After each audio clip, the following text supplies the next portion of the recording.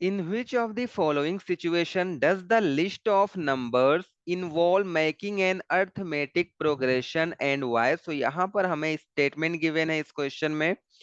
Statement के through हमें list of numbers मिलेंगे और हमें उन्हीं लिस्ट ऑफ नंबर्स के लिए चेक करना है क्या वे अर्थमेटिक प्रोग्रेशन मींस एपी में एपी सीरीज फॉर्म करते हैं या नहीं करते हैं। सो यहाँ पर देखो हमारे पास क्वेश्चन क्या गिवन है। The amount of air present in a cylinder when a vacuum pump removes 1/4 of the air remaining in the cylinder at a time, right? So at a time, vacuum pump cylinder से 1/4 of total air क्या करता है, remove करता है, means निकालता है। Okay, तो सबसे पहले तो हमें यही पता होना चाहिए कि टोटल एयर क्या है। हमें नहीं पता है तो हम क्या करेंगे, एज्यूम करेंगे। So let, so we can write it as let total amount of air present in a cylinder, present in a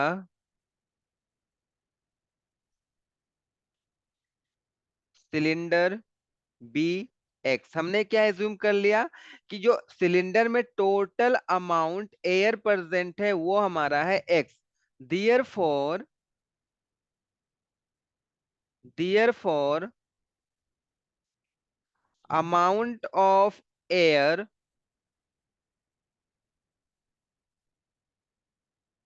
removed in first step, right? First step means first time. Amount of air remove कितना होगा, vacuum pump total total amount of air का 1/4 remove करता है, right? So amount of air removed in first step, ये हमें क्या मिलेगा, 1/4 of x, right? X हमारा क्या है, टोटल एयर है। टोटल जितना भी एयर प्रेजेंट होगा उसका 1/4 वन टाइम में एयर को सिलेंडर से बाहर निकालेगा, राइट? सो यहाँ पर देखो ये हमारा क्या हो जाएगा, 1/4 of x, right? It means 1/4 of means multiplication into x, right? It means x/4 air first time में जब वैक्यूम पंप एयर निकालेगा सिलेंडर से तो कितना निकालेगा, x/4। तो जब x/4 अमाउंट ऑफ एयर को निकल जाएगा सिलेंडर से तो हमारे पास रिमेनिंग अमाउंट ऑफ एयर कितना बचेगा। तो remaining amount of air,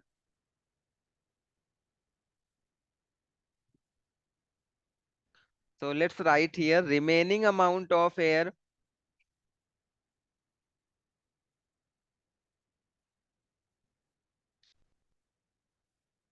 remaining amount of air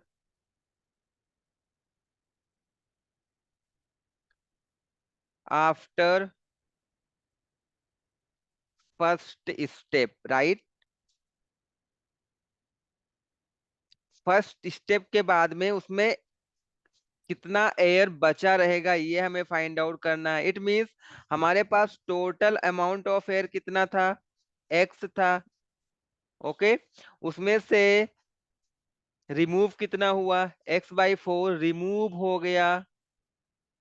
remove हो गया मीन्स टोटल एयर से x/4 को हम माइनस कर लेंगे तो हमारे पास रिमेनिंग अमाउंट ऑफ एयर बच जाएगा आफ्टर फर्स्ट स्टेप। सो यहाँ पर देखो हम इसको क्रॉस मल्टीप्लाई कर लें, इसके डिनोमिनेटर में कुछ भी नहीं तो मैं 1 राइट कर लूंगा। 4 का मल्टीप्लाई एक्स में करेंगे it will give you 4x, और 1 का मल्टीप्लाई एक्स में करेंगे it will give you -x, और डिनोमिनेटर का आपस में मल्टीप्लाई हो जाएगा 4, right? 4x minus x will give you 3x/4।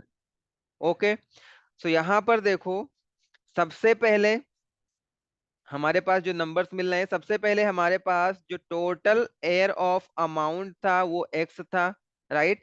After first step जब टोटल अमाउंट का x/4 वैक्यूम पंप ने सिलेंडर से रिमूव कर दिया है तब हमारे पास रिमेनिंग अमाउंट कितना बचा है, 3x/4। ओके, अभी हमारे सिलेंडर में जो अमाउंट ऑफ एयर है वो 3x/4 है। अगले स्टेप में 3x/4 से भी 1/4 इसका भी रिमूव कर देगा वैक्यूम पंप। सो यहाँ पर हमें क्या राइट करना है? तो लेट्स सी हियर। चलो आगे हम लोग देखेंगे। Amount of air,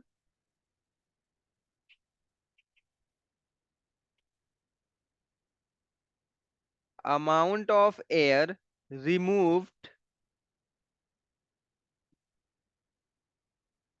in second step, in second step में हमारा अमाउंट कितना रिमूव होगा? अभी देखो, जितना भी अमाउंट बचा हुआ है उसका 1/4 रिमूव हो जाएगा। सो 1/4 ऑफ, अभी रिमेनिंग अमाउंट हमारे पास कितना है? 3x/4 है। It means 1/4 of 3x/4। And 1/4 of 3x/4 क्या होता है? 1/4 of means multiplication 3x/4, right. तो 3x का मल्टीप्लाई 1 में कर लेंगे, 3x मिलेगा अपॉन 4 4 जा 16, राइट। इट मीन्स जब सेकेंड स्टेप में सेकेंड टाइम जब वैक्यूम पंप एयर को रिमूव करेगा तो 3x/16 part, right, 3x/16 amount को वो सिलेंडर से रिमूव करेगा। ओके। सो जब उसने सेकेंड टाइम 3x/16 अमाउंट को सिलेंडर से रिमूव किया है, सो बाकी का बचा हुआ अमाउंट अभी क्या बचा है सिलेंडर में, हम अभी उसको फाइंड आउट करेंगे। So let's see here. Remaining amount of air,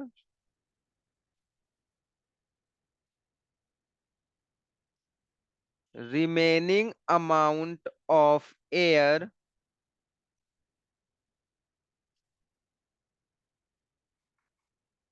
present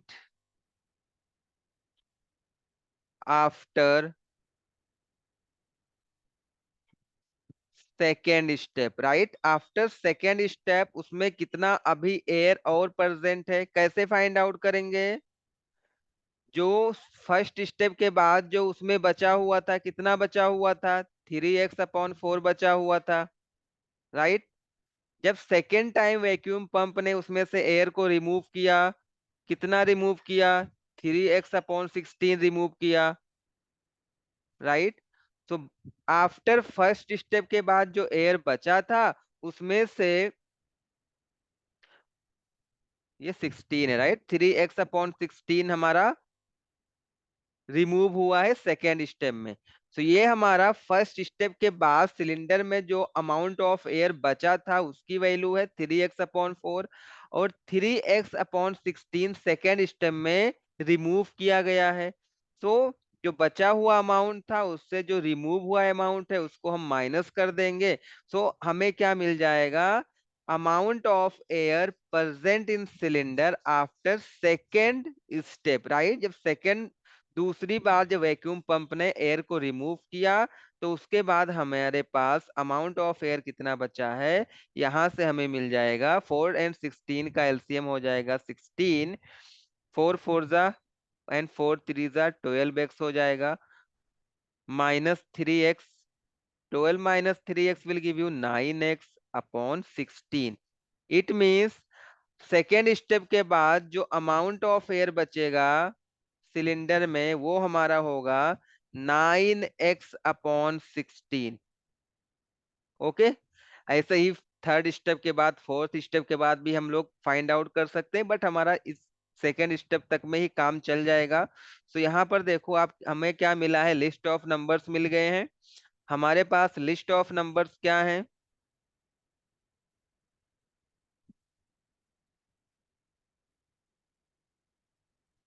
x, right. Total air जो प्रेजेंट था एक्स था। After first removal, after first step उसमें एयर सिलेंडर में बचा 3x/4। After second step mean second, दूसरी बार जब vacuum pump ने cylinder से एयर को रिमूव किया उसके बाद जो एयर बचा हुआ है वो है हमारा 9x/16, राइट। तो ये हमें लिस्ट ऑफ नंबर्स मिल गए हैं। अभी हमें इसी को चेक करना है क्या ये एपी में है, मींस अर्थमेटिक प्रोग्रेशन फॉर्म कर रहे हैं या नहीं कर रहे हैं, राइट। तो यहां से देखो एक्स हमारा हो जाएगा फर्स्ट टर्म, 3x/4 हो जाएगा हमारा सेकेंड टर्म, एंड 9x/16 हो जाएगा हमारा थर्ड टर्म, राइट। तो यहाँ पर हम क्या फाइंड आउट करेंगे, डिफरेंस फाइंड आउट करेंगे दोनों टर्म्स के बीच में। So let's find out difference. कैसे फाइंड आउट करेंगे, second term minus first term, so a2 - a1 हम फाइंड आउट करेंगे। a2 हमारा है 3x/4, a1 हमारा है x, इसके डिनोमिनेटर में कुछ भी नहीं है तो हम 1 राइट कर सकते हैं। क्रॉस मल्टीप्लाई कर लेंगे, 3x - 4x/4, 3x - 4x will give you -x/4। तो a2 - a1 की वैल्यू हमें मिल गई है -x/4। अभी हम लोग फाइंड आउट करेंगे a3 - a2, a3 की वैल्यू हमारे पास है 9x/16, माइनस a2 की वैल्यू हमारे पास है 3x/4। यहाँ पर हम ले लेंगे एलसीएम। जब आप एलसीएम लोगे तो आपको मिलेगा 16, 16 से 16 को डिवाइड करोगे यू विल गेट 1, 1 से 9x को मल्टीप्लाई करेंगे हमें 9x मिलेगा, माइनस 4 से 16 को डिवाइड करेंगे आपको मिलेगा 4, 4 से 3 को मल्टीप्लाई करेंगे it will give you 12x, 9x - 12x will give you -3x/16। तो यहां से अगर आप देखोगे a2 - 1 and a3 - a2 is not equal to, okay, so let's write here, since